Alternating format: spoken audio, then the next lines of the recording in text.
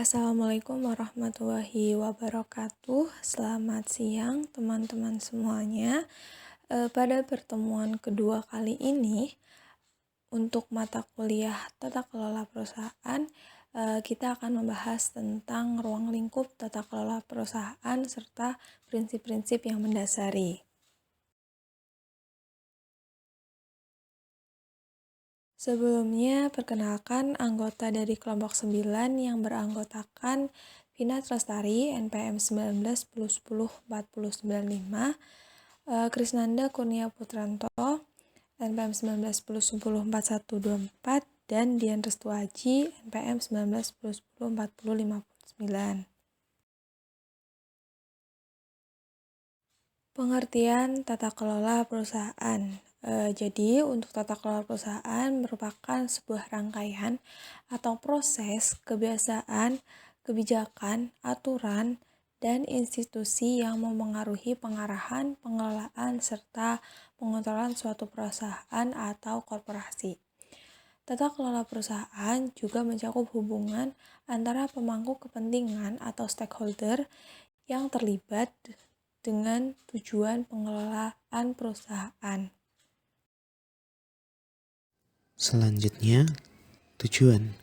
Yang pertama, menciptakan nilai tambah atau value added bagi semua pihak yang berkepentingan atau stakeholder. Yang kedua, memastikan bahwa sasaran yang ditetapkan telah dicapai. Ketiga, memastikan bahwa aktiva perusahaan dijaga dengan baik.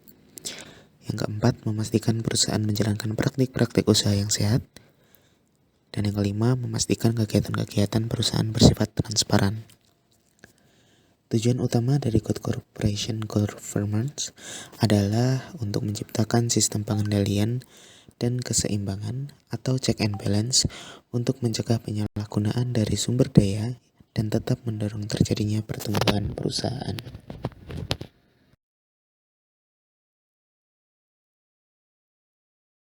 Selanjutnya, prinsip tata kelola perusahaan.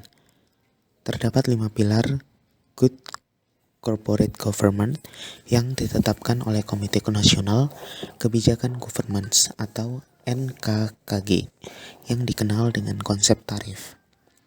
Yang pertama, transparansi, yaitu keterbukaan dalam proses pengambilan keputusan dan keterbukaan dalam mengemukakan informasi, material, dan relevan mengenai perusahaan. Yang kedua, akuntabilitas, yaitu kejelasan fungsi, pelaksanaan, dan pertanggungjawaban organisasi sehingga pengelolaan perusahaan efektif. Yang ketiga, pertanggungjawaban atau responsibility, yaitu kesesuaian di dalam pengelolaan perusahaan terhadap peraturan perundang-undangan yang berlaku dan prinsip-prinsip korporasi yang sehat. Yang keempat, kemandirian atau independen, yaitu suatu keadaan di mana perusahaan dikelola secara profesional tanpa berbenturan kepentingan dan pengaruh atau tekanan dari pihak manapun yang tidak sesuai dengan peraturan perundang-undangan yang berlaku dan prinsip-prinsip korporasi yang sehat. Yang kelima, kewajaran atau fairness, yaitu keadilan dan kesetaraan di dalam memenuhi hak-hak stakeholder yang timbul berdasarkan perjanjian dan perundang-undangan yang berlaku.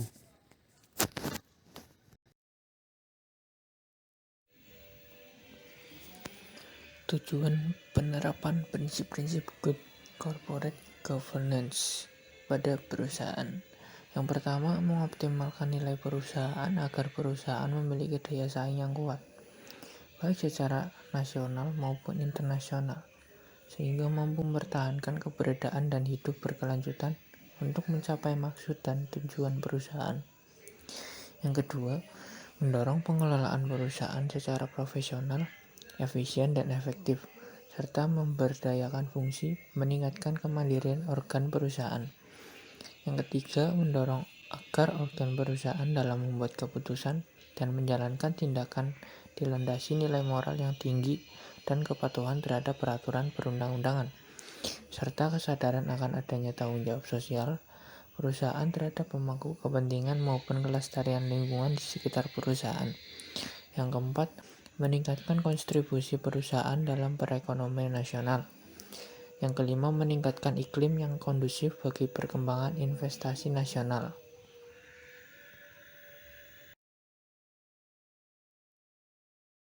Sekian presentasi dari kami. Apabila ada kesalahan, mohon maaf. Wassalamualaikum warahmatullahi wabarakatuh.